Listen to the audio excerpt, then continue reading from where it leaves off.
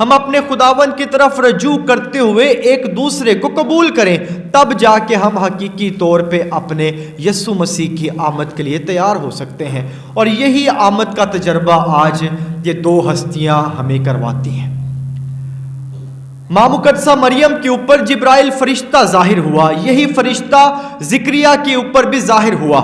زکریا کے اوپر جب ظاہر ہوا ہے تو وہ اس سے سوال کرنے لگا ہے، شک کرنے لگا ہے کہ یہ کیسے ممکن ہے۔ ماں مقدسہ مریم کے اوپر ظاہر ہوا ہے تو وہ ایکسپلینیشن مانگتی ہے، شک نہیں کرتی، کہتی ہے کہ سب کیسے ہوگا۔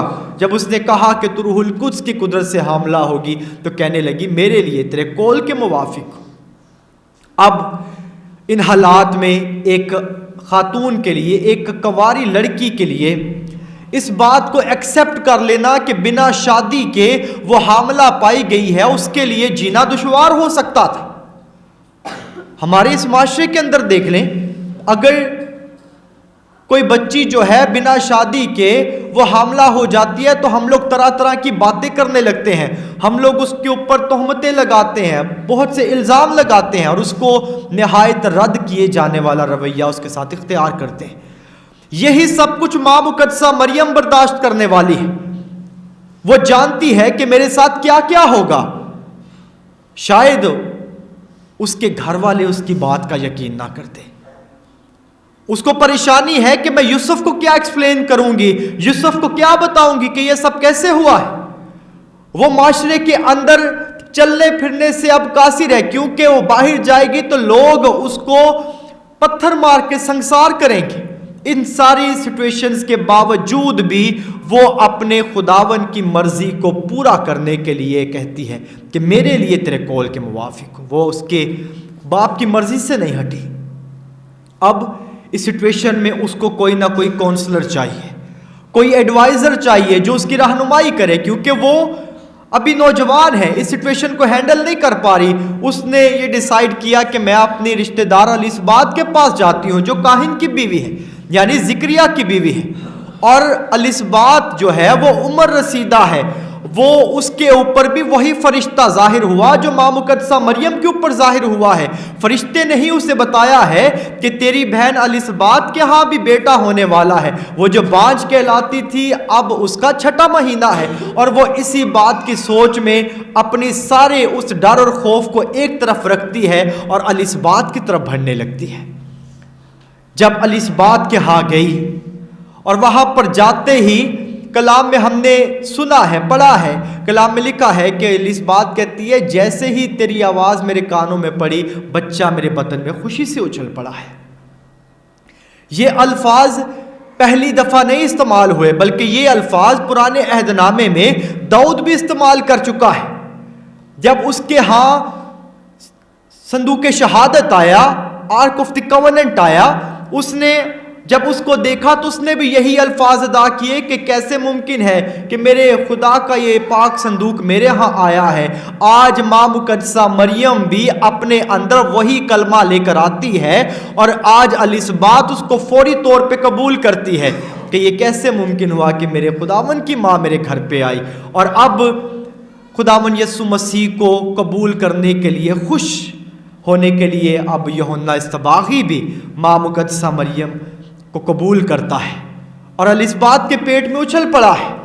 یہ دونوں ہستیاں جب مل رہی ہیں تو اب ان دونوں نے ایک دوسرے کے اوپر کوئی کسی قسم کا سوال نہیں اٹھایا، بلکہ دونوں ایک دوسرے کو ایکسپٹ کر رہی ہیں، ایک دوسرے کو قبول کر رہی ہے کہ ہم نے خدا کی مرضی کو پورا کیا ہے، اور خدا کی مرضی کو پورے کرنے والے جو بھی کلام مقدس کے اندر آپ کو ہستیاں ملتی ہیں ان کے نام آج تک زندہ ہیں۔ خواہ وہ ابراہیم کا نام لے لیں، خواہ پھر موسیٰ کا نام لے لیں، خواہ آپ الائجہ کا نام، الیاس کا نام لے لیں، تو خواہ آپ داؤد بادشاہ کا نام لے لیں، جس نے بھی خدا کی مرضی کو پورا کیا خداوند نے اس کو کثرت سے برکت عطا کی۔ اور یہ دو ہستیاں آج ہمیں بڑی خوبصورت باتیں سکھا رہی ہیں۔ یہ اتنی لمبی ڈیٹیل جو لوکا انجیل نویس آج ہمیں دے رہا ہے، اس نے اس لیے نہیں دی کہ ہم لوگ اس کو خالی سن کے اور بس اس کو رد کر دیں۔ ہمارے ذہن میں بہت سے سوال آ سکتے ہیں کہ اس ڈیٹیل کے علاوہ اور بہت سی چیزیں ایڈ کی جا سکتی تھی، لیکن یہ ہمارے کیٹیکزم کا حصہ ہے۔ کہ ہم لوگ جان سکیں کہ ہمارا ایمان کیسے شروع ہوا، کیسے ہم لوگ اپنے خداوند یسوع مسیح پر ایمان لاتے ہیں، اور اس کے اس پیدائشی کہانی جو ہے وہ ہم تک کیسے پہنچی ہے۔ اس لیے ان کریکٹرز کو باہر نکالنا وہ ہمارے لیے ناممکن ہے۔